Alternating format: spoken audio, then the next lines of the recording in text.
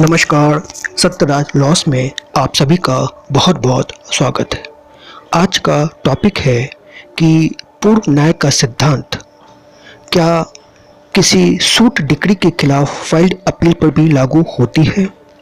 इन other words, इस doctrine of res judicata also applies to appeal filed against suit decree.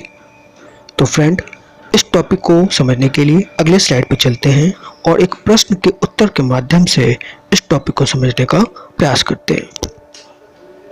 प्रश्न ये है कि B and S both are defendant, यानी कि एक प्लेंटिफ ने सूट फाइल किया गया था for recovery of position of the suit property की रिकवरी, कब्जे की रिकवरी के लिए सूट फाइल किया गया था डिस्ट्रिक्ट कोर्ट में।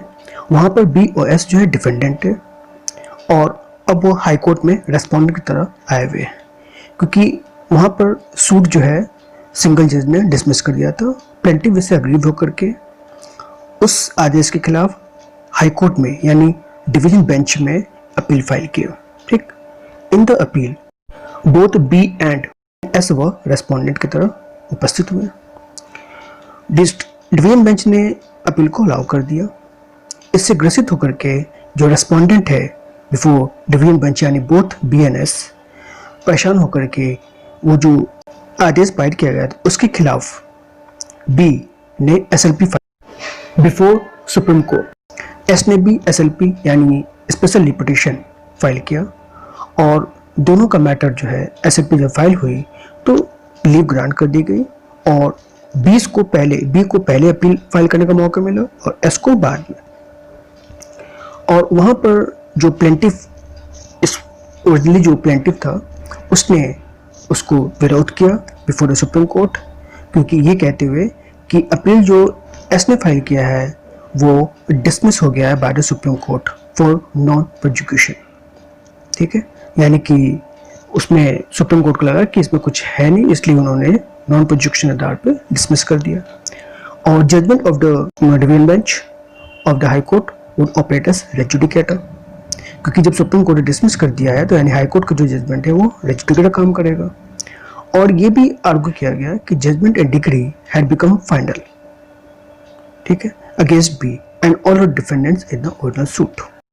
प्लेंटिफ जो कि स्पेशल लिपिटेशन में रेस्पोंडेंट भी है, उसने फर्दर कंटेंट किया कि अगर एसएलपी में अपील अलाउ कर दी जाती है तो इससे काफ़ी कॉन्फ्लिक्टिंग डिग्री पैदा हो जाएगी, क्योंकि डिस्ट्रिक्ट कोर्ट ने सूट को डिसमिस किया, उसके खिलाफ हाई कोर्ट में आए, हाई कोर्ट अपील अलाउ कर दिया, अब एसएलपी भी अलाउ हो जाएगी तो बहुत ही कॉन्फ्लिक्टिंग पोजीशन आ जाएगा। भले ही हाई कोर्ट की डिग्री को मॉडिफाई करके ही अलाउ किया जाए तो ये एनोमलस सिचुएशन हो जाएगा और इस एनोमलस सिचुएशन को रोकने के लिए कॉज ऑफ एक्शन जो अराइज हो रहा है उससे काफ़ी कंफ्यूजन हो जाएगा। इसको दूर करने के लिए रेस्पोंडेंट प्लेंटिफ ने एसएलपी में कहा कि प्रिंसिपल ऑफ रेस जुडिकेटा यानी कि पूर्व न्याय का सिद्धांत अपील पे लागू होगा और अगली अपील जो एसएलपी फाइल की गई है हाई कोर्ट के आदेश के खिलाफ उसको बार करता है, इट इज नॉट टेनेबल। ठीक है, तो अब सवाल ये है कि क्या वास्तव में पूर्व न्याय का सिद्धांत अपील पे लागू होगा या नहीं।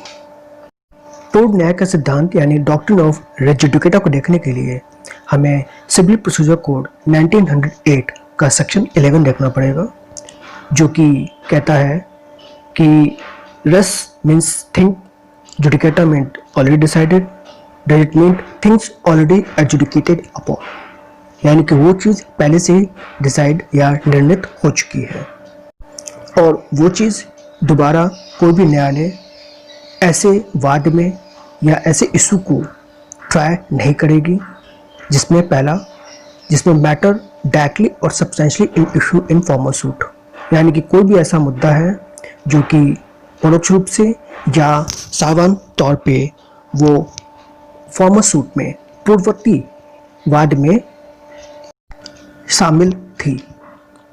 दूसरा कि ऐसा इशू सेम पार्टी पक्षकारों के बीच में लाए कर रहा हो। तीसरी बात, और वो सारे पक्षकार सेम टाइटल के लिए मुकदमेबाजी कर रहे हों। चौथी, कि ऐसे मामले को किसी न्यायालय ने, जो सक्षम न्यायालय है, उन्होंने ही ऐसे वाद को या मुद्दे को डिसाइड किया हो।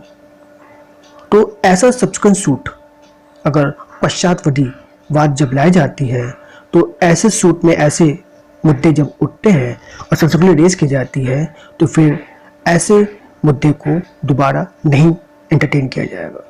और पांचवा है कि ऐसा मुद्दा जो पूर्ववर्ती वाद में रेज हुआ था, that has been heard and finally decided. इसी बात को एपेक्स कोर्ट ने Maharashtra versus messrs national construction 1996 में हेल्ड किया हुआ है कि जिन जिन पूर्ववर्ती वाद में ये 5 इंग्रेडिएंट होंगे और उसी मैटर पे पश्चातवर्ती कोई भी वाद किसी भी न्यायालय में नहीं लाई जाएगी, और अगर आता है तो न्यायालय ऐसे वाद को एंटरटेन नहीं करेगी। Matter and issue for res judicata का मतलब क्या है? यहाँ पर मतलब ये है कि कोई भी मुद्दा या विवादित मुद्दा परोक्ष रूप से यानी डायरेक्टली, सब्सटेंशियली यानी सावधान तौर पे वो दोनों ही वाद में इशू सेम होना चाहिए, यानी कि सेम विवादित मुद्दा दोनों वाद में होना चाहिए। ठीक है, ये बात अलग है कि जो सब्जेक्ट मैटर है, जो विषय वस्तु है, वो हो सकता है दोनों वाद में सेम हो, लेकिन जो इशू है वो सेम नहीं होना चाहिए, वरना पूर्व न्याय का सिद्धांत लागू हो जाएगा और इससे जो पश्चातवर्ती वाद है उसको लाने पे बैन हो जाएगा। Directly and substantially in issue का मतलब होता है कि वो मुद्दा जो वास्तविक हो या कंस्ट्रक्टिवली, यानी कि उस समय उपलब्ध था लेकिन किसी वजह से उसे रेज नहीं किया जा रहा है या वाद में लिखा नहीं गया। तो अगर ऐसा मुद्दा जो उस समय प्लेंटिफ चाहता तो वाद में लिख सकता था, लेकिन उसे नहीं लिखा, तो बाद के वाद में या पश्चातवर्ती वाद में ऐसे मुद्दे जो छोड़ दिए गए हैं उसे फिर दोबारा नहीं उठाया जा सकता। ठीक। दूसरा है कि a finding on issue can not be said to be necessary to the decision of suit, यानी कोई भी फाइंडिंग जो न्यायालय जब किसी नतीजे पहुंचती है तो वो वजह बताती है कि किस वजह पे पहुंची है, तो उसे फाइंडिंग कहा जाता है। तो जब तक फैसले में उस स्टेप्स का या उस आधार का जिक्र न किया जाए तब तक फाइंडिंग जो है वो डिसीजन का पार्ट नहीं माना जाता है। ठीक। अब है कि अगर कोई नेक्स्ट पॉइंट है कि अगर man sewing under one capacity, कोई एक व्यक्ति है जो एक कैपेसिटी में मुकदमा कर रहा है और उस पर जजमेंट आ जाता है, तो फिर वही व्यक्ति दूसरे कैपेसिटी में भी सूट फाइल कर सकता है। यानी कि एक व्यक्ति पिता के तौर पे एक सूट फाइल करता है, उसमें जजमेंट प्राप्त करता है, दूसरा सूट फाइल करता है लेकिन वो पुत्र के तौर पे फाइल करता है या हस्बैंड के तौर पे, पति के तौर पे फाइल करता है। यानी कि एक ही व्यक्ति वो कई वाद या सूट फाइल कर सकता है अलग अलग कैपेसिटी के तौर पे, क्योंकि कॉज ऑफ एक्शन चेंज होता जाएगा। ठीक है, तो ऐसे में कोई रिस्ट्रिक्शन नहीं है कि सेम पार्टी है तो वो दूसरा वाद नहीं फाइल कर सकता। ये पूर्व न्याय का सिद्धांत एक पब्लिक पॉलिसी और पर्सनल इंटरेस्ट पर डिपेंड है, यानी कि लोक नीति और व्यक्तिगत हित पर संबंधित है, और ये दिए गए 8 एक्सप्लेनेशन विश्लेषण पे निर्भर है। यानी एक्सप्लेनेशन कौन कौन से? पहला कि फॉर्मल सूट होना चाहिए जिसमें ऐसा मैटर डिसाइड हो गया हो। दूसरा, जिस न्यायालय ने इसे डिसाइड किया हो वो कॉम्पिटेंट होना चाहिए, यानी कि उनके वो मैटर जो है वो उनके क्षेत्राधिकार में आना चाहिए।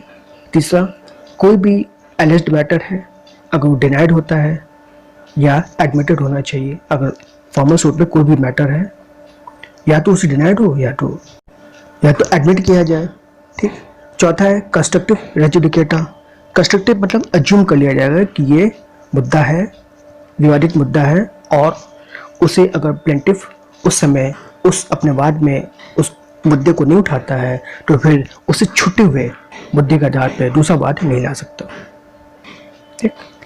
पांचवा है कोई भी अगर रिलीफ, जैसे कई रिलीफ मांगी जाती है, कई अंतोष मानी जाती है न्यायालय से, और अगर किसी रिलीफ पे या अनुतोष पे कोई भी न्यायालय ने उस पर पॉइंट आउट नहीं किया हुआ है, कोई एक्सप्रेस डिसीजन नहीं दिया हुआ है तो माना जाएगा कि वो रिलीफ डिनाई कर दिया गया है, रिफ्यूज कर दिया गया है।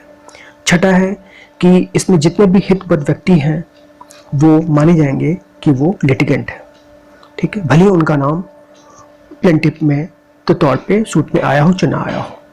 तो जितने भी इंटरेस्टेड पर्सन है, एक बार जजमेंट आ गया है, डिग्री पास हो गई हो, तो वो सारे हितबद्ध व्यक्ति पे लागू हो जाएगा, भले उनका नाम सूट में आया हो चाहे ना आया हो। सातवां पॉइंट है कि पूर्ण न्याय का सिद्धांत एक्सक्यूशन ऑफ डिग्री यानी डिग्री के पालन पे भी लागू होता है। और आठवां है कि कोई भी न्यायालय जिसका सीमित क्षेत्राधिकार है वो भी कॉम्पिटेंट होते हैं, सक्षम होते हैं किसी भी मैटर को डिसाइड करने के लिए, सुनने के लिए। अब दिए गए प्रश्न के उत्तर पे आते हैं। तो प्लेंटिफ और या रेस्पोंडेंट जो एसएलपी में है, जो ये ऑब्जेक्शन रेज किया है कि एस ने जो एसएलपी फाइल की है वो date should be barred by res judicata. ये गलत है क्योंकि एस का जो अपील डिसमिस हुआ है वो dismiss for lack of prosecution हुआ है, यानी कि एस ने जो अपील फाइल की थी उसमें जो ऑफिस से ऑब्जेक्शन किया था यानी प्रॉपर कॉज ऑफ एक्शन को रेज ही नहीं किया और इसलिए वो वांट ऑफ प्रोसिक्यूशन के आधार पे वो डिसमिस हुआ। इसलिए ऐसे मामलों पे रेस जुडिकेटा लागू नहीं होता है। और बी का जो अपील है वो प्रायर टाइम था और सेकेंडली जो है all principle of res judicata जो है वो अप्लाई नहीं हो रहा है और इसलिए जो बी और एस का अपील है उस पर रेस जुडिकेटा का नियम लागू नहीं होगा। वैसे भी अपील जो फाइल की जाती है वो ओरिजिनल सूट की कंटिन्यूटी पे होता है और appeal is not a fresh suit और नहीं सब्सिक्वेंट सूट है ये, क्योंकि सूट में जो डिग्री पास हुई है उसी के आदेश के खिलाफ ही अपील फाइल हुई है, तो ये माना जाता है कि it is one matter not a different matter. ठीक, सेम कॉज एक्शन है, सेम पार्टी है, सेम लिटिगेशन है और सेम टाइटल है, उसी पे ही डिसीजन होता है और जो डिग्री में पास हुई होती है उसी पे अपील होता है, कोई फ्रेश सूट फाइल नहीं होता है। तो appeal is not a fresh suit, इसलिए अपील पे रेस जुडिकेटा लागू नहीं होता है। That's it, thanks for watching the video.